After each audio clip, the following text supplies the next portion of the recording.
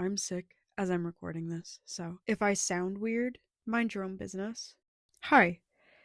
AI, specifically large language models, are so new and immediately they've exploded. I get ads for it before basically everything I watch. Every social media platform has their own version, and I can't even listen to music on YouTube anymore because everything has been generated with AI. Like, if you look for even 2 seconds, most of the jazz playlists on there, the same four AI generated songs. It drives me crazy. And to be honest, it sounds like garbage, and I can tell immediately.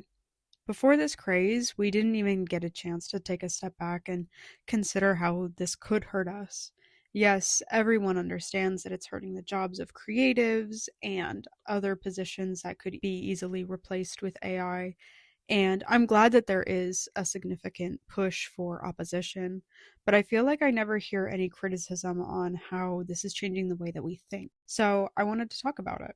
In this video, I'm just drawing. In the past, I've made videos where I'm sculpting, and although that's fun, it takes so long to sculpt and sew and design a doll that for this video, I just kind of wanted to take a step back, and then in the future, I'll get back to that because I do love making dolls. For as long as humans have been around, we have been making things. Our communication skills and opposable thumbs have made us adaptable and strong creatures. Even though artistic expression is not limited strictly to humans, like sometimes you see apes or other primates painting, creating, designing, communicating, and feeling are all very human. These are skills humans have been practicing for forever. We can see this just in the way language evolves. English from 200 years ago is so different from the slang and syntax we use today that the two languages are almost unrecognizable from each other. This evolution can only occur because we practice the language. With the popularization of AI, this is a practice we are threatening. Now, do I think we are all going to completely stop talking to one another because the robot is there? Obviously not. Do I think language is going to stop changing because of the application of AI? Also, no. The point I do want to emphasize is the importance of practicing. You have heard probably a million times how practice makes you better at something, and I want to explain just how crucial this is. You can observe this in your life currently. When you were a baby, you did not know how to walk. Now, most of you probably are confident in your ability to walk. You got here through practice. You didn't know how to read, write, do addition, or drive. These are things that have been committed to memory. If you see a word, your brain automatically reads it, even if you don't tell it to. It really is an incredible feat that children undertake when going to school for the first time because they have to learn everything. I often hear arguments for applying AI to education, and while I think learning how to use it responsibly is important, I also think it's equally important to know how we should limit it. To explore this further, I want to talk about iPad kids. I promise this is related to AI. I just have to go on a little tangent first. It is actually kind of funny to me that in my child development class, we talked about iPad kids, with different words, and the parenting decisions around this. We talked about how this parenting decision will affect their children and why a parent might make this choice. I think this conversation is interesting and an important one to be had, so I want to delve into it. I'm going to start with the why.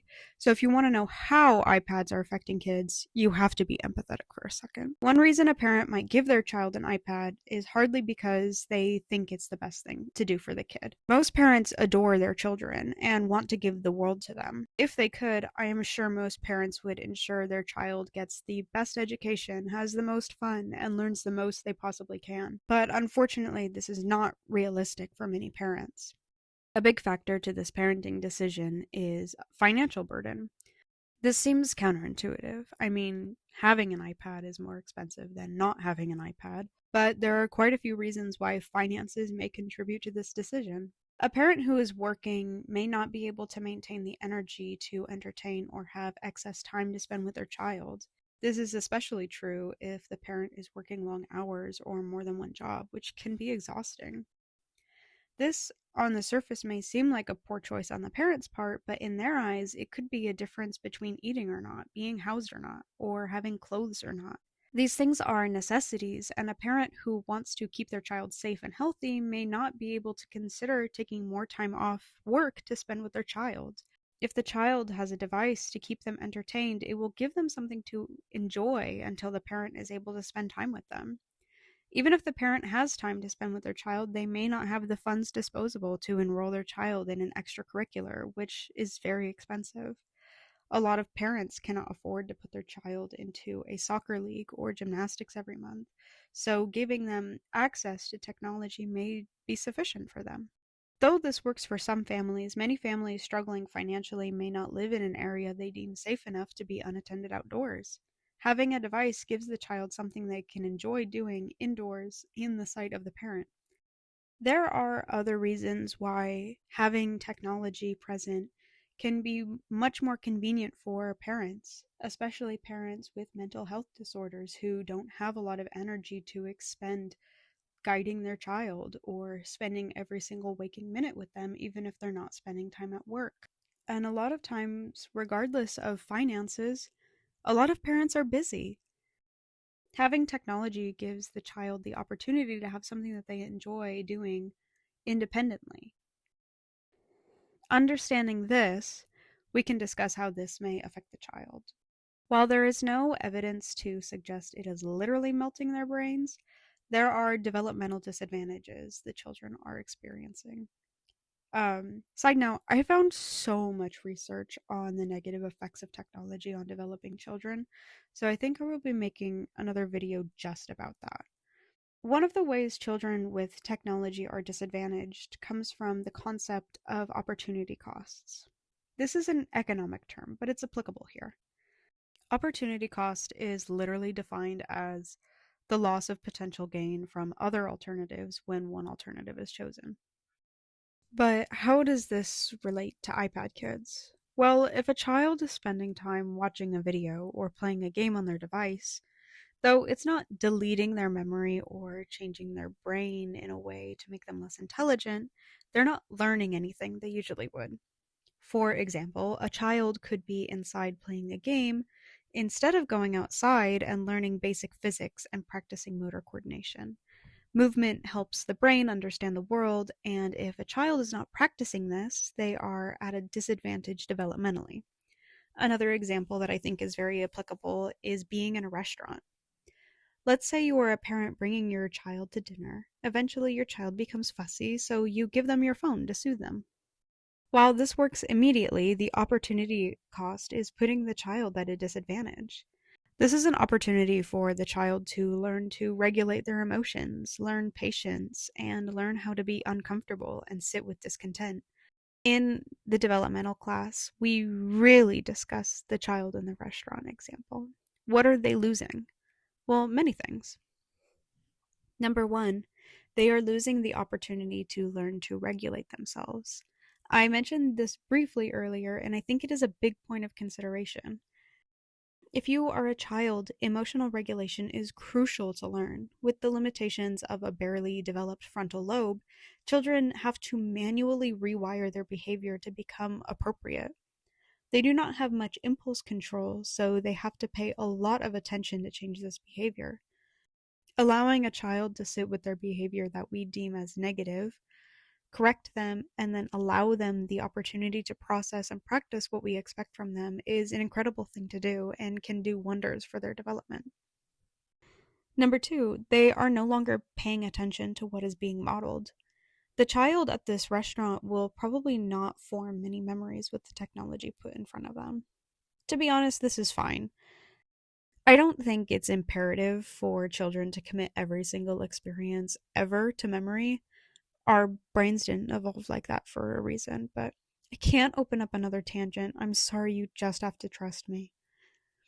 Unfortunately, what the technology is replacing is the ability for the child to recognize how their guardian is behaving. Being out in a social context could bring a lot of valuable information to someone who is still learning how to socialize. They can make note of things like, how are the adults sitting? How are they speaking to each other? What are they talking about? Are they speaking over each other? What are their faces saying about how they feel? What does their body posture say? Children learn so much just from observation, and taking away their opportunity to observe this is taking away this education for them. And number three, this will be my last point. The child is also losing the ability to learn their behavior is wrong. This sounds bizarre and convoluted when I phrase it like this, but I have a point, I promise. When a child demonstrates negative behavior, you probably wouldn't want to reward them for this. Unfortunately, since technology is so stimulating, giving this to them in an attempt to pacify them could actually give them the feeling of reward. This could create a detrimental cycle. The child gets upset, they act out or cry, their parent gives them tech to pacify them, and then they feel rewarded. What the reward could do with this cycle is incentivize this kind of behavior, inadvertently teaching them this behavior is desirable. I promised this relates to AI, so I will deliver on this promise. Opportunity costs are coming up everywhere in the realm of AI, and this is not just affecting children. AI has promised a solution to many of the hardships of life and is being sold as an alternative to doing many things. The backbone of the popularity of LLMs is reading and writing. Though using ChatGPT to write a letter to your grandma won't directly make you dumber, you are losing the opportunity to practice writing. You lose the opportunity to think about your response, articulate how you feel about your week, and express how you miss her. You could use ChatGPT to write a poem to your wife, but you lose the charm of having a poorly executed ABAB rhyme scheme that took you time and a lot of thought. What AI is taking away is the opportunity for you to practice being human. You will never get better at anything unless you practice, and AI takes away your practice. You do not learn anything from entering a prompt, and you do not learn anything from having a computer summarize something for you. I'll be honest, I have used LLMs before, and there is a lot of convenience to them, especially with school. It's nice to have a tutor at your fingertips, but is this always helpful? There was a huge ad campaign pushed out by Google claiming the Google AI tool was a useful tool for students. For the sake of this video, I'm going to completely ignore how frequently it is just incorrect. Like if you ask it an even slightly difficult question, you will have to correct it several times before it gets it correct. I'm going to pretend like this isn't the case just to give them the benefit of the doubt, and it's not totally relevant to my point. With academic study, it's important to understand how we learn, and there are many different ways. Each learner learns differently. For example, some people are visual learners, while others learn best through being hands on. But the need for practice remains consistent throughout. With this presentation, one could argue that AI is a tool to help someone practice. While this could be true depending on how the machine is used, it cuts out an important element of the learning process, the productive struggle. Productive struggle is an idea common in education where you have to try unsuccessfully before learning. Think of flashcards. If you have a list of words you need to remember the definition of, flashcards can help you quiz yourself and help you remember. The act of forming a question, thinking, guessing, and failing is part of the learning process. If, while you study, you ask the AI to define all the words for you, you learn this part of the process. Now, I'm not advocating for the elimination of all resources. In fact, I think they can be very helpful, but using them in place of the learning process only dampens how much you learn. To emphasize the importance of the productive struggle, I'll use a metaphor. When you're learning to walk, you not only have to mentally process how to do it, how to balance, how to move your legs and stand on your feet, but you also have to develop the muscle coordination and develop the muscles to be able to hold yourself up. In my eyes, I like to think of practice as building muscles, and I'm not the only one to have used this metaphor. Sure, you could understand conceptually how to walk and remember how to do it, but if you don't have the muscle development to be able to hold yourself up, then this knowledge is kind of irrelevant until you learn. Having an assistant can be great. I understand firsthand how difficult it is when taking an upper division class and only having one person on Earth know how to do the problem assigned. Using AI to get you unstuck when it feels like you have tried every possible angle is a great advantage to being a student in the modern age. The concern with using AI in this fashion is developing the habit of using it as a crutch. If a student finds success from using AI in this context, they could develop the habit of reaching for it instead of trying to struggle through the assignment. Does everything need to be incredibly difficult all the time? No, but I can't help but feel like we are losing opportunities to learn. Sometimes I get existential and think about how much we have lost with technology. I think about people before the smartphone or even before the television and what they would do in their free time. If you had nothing to do, you would just do nothing. Imagine a world where Isaac Newton had Instagram reels to fill every moment of his time instead of sitting and thinking about physics.